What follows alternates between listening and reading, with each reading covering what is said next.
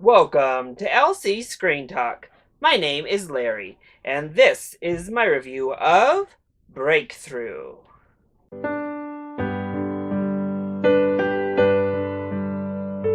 Breakthrough tells the based on real events story of John Smith, a young boy who falls through some ice and proceeds to fight for his life through a pretty dire medical situation.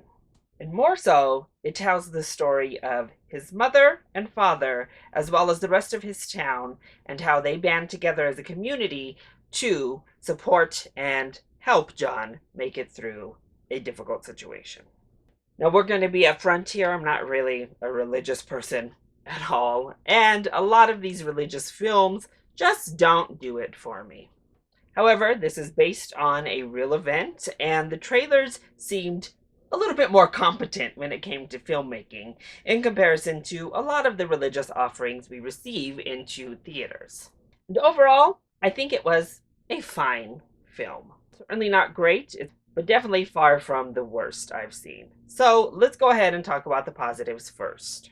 I have to say, I think the entire film really pretty much relies on Chrissy Metz and her performance, and thankfully she came to deliver because I thought she was fantastic in this movie.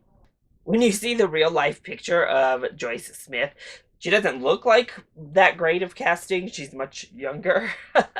But her performance is so amazing that who cares if she looked like the real woman or not, honestly. Her performance is what grounds this entire film.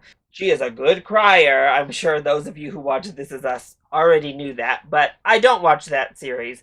And I'll tell you, she's a great crier. She gives the emotion. She really poured herself into this role, and I thought she was fantastic as our matriarch here. And I thought her character development was far and away the most interesting part of this film. Seeing her come through these realizations and evolving as a person was really the most interesting and complex parts to the movie that worked the best, that actually had me intrigued and interested.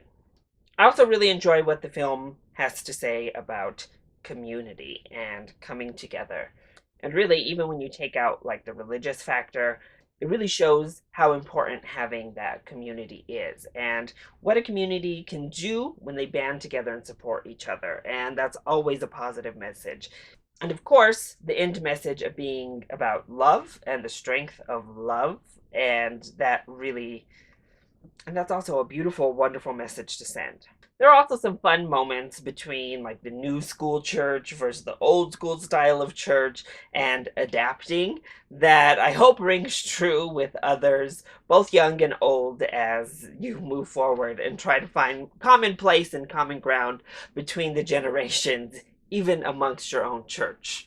So I mentioned Chrissy Metz, but our other actors are also very strong. Topher Grace is good in the film. He doesn't have much depth, honestly, to his character. It's pretty one note, but Topher Grace is back in a good stride, I'd say, these days, and this was a nice role for him to take.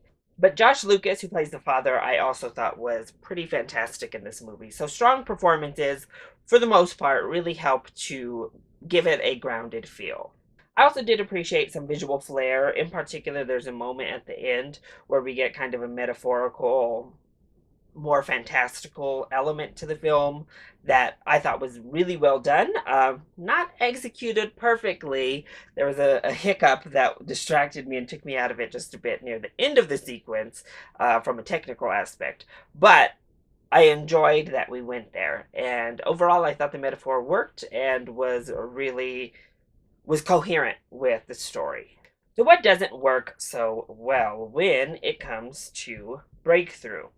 Well, unfortunately, it falls into a lot of the typical pitfalls that both religious and these kind of feel-good inspirational stories at large fall into.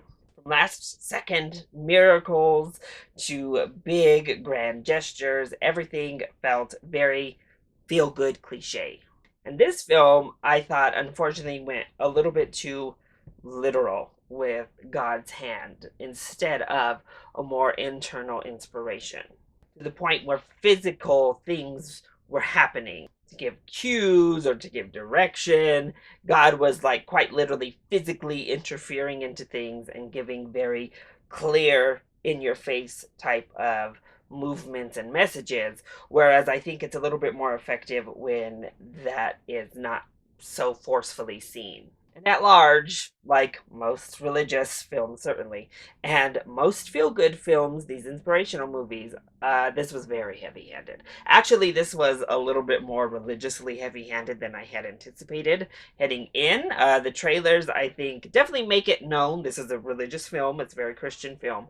But we really went there. And so, if you're not a religious person, it doesn't do anything really to convert you, certainly. But I don't know how much you'll get out of it. I also fear the end messaging with the film, which I'm not going to go into, but it's always a scary proposition. And the film at large is a little bit of a scary proposition because it very stereotypically pits religion against science, religion against medicine, and thoughts and prayers against like medical doctor experts. And I think that is a scary proposition. Plus, I do think the entire third act presents a lot of questions that the film doesn't even bother to address, honestly. One of these teachers asks a highly inappropriate question that I do think a lot of people think, but the film doesn't proceed to try to give insight into this very problematic and actually quite rude question that the teacher puts out there.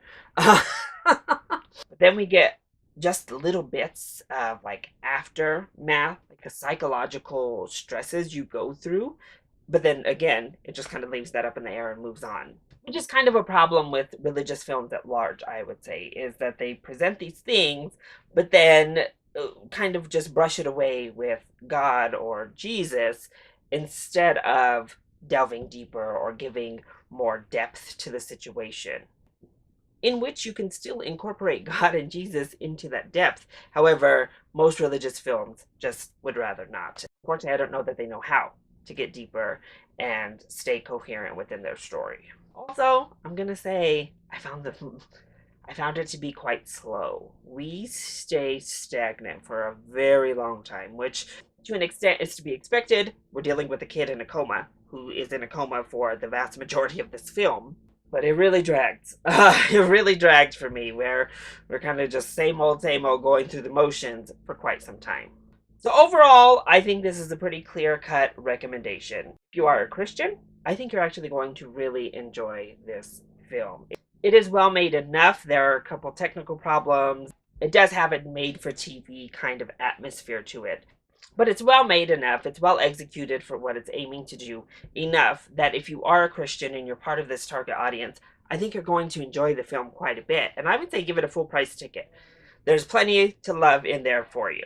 And honestly, even if you're just kind of spiritual in general, but you enjoy inspirational, based on true stories, you're going to enjoy this film quite a bit. So I would say you also could give it a full price ticket. However, if you don't believe in God, if you're not religious at all, then I say you can skip this. I don't think there's going to be much in here for you to grasp onto. So, that is my review of Breakthrough. I hope you enjoyed it. If you did, go ahead, click like down below, and subscribe to the channels so you are always up to date on our latest videos. Also, join in on the discussion. Are you excited to see Breakthrough? And what is your favorite religious film of all time? Let me know either in the comment section down below, or you can hit me up on Twitter. I love you all so much for your support. Mwah! Thank you for watching, and I'll see you next time. Bye!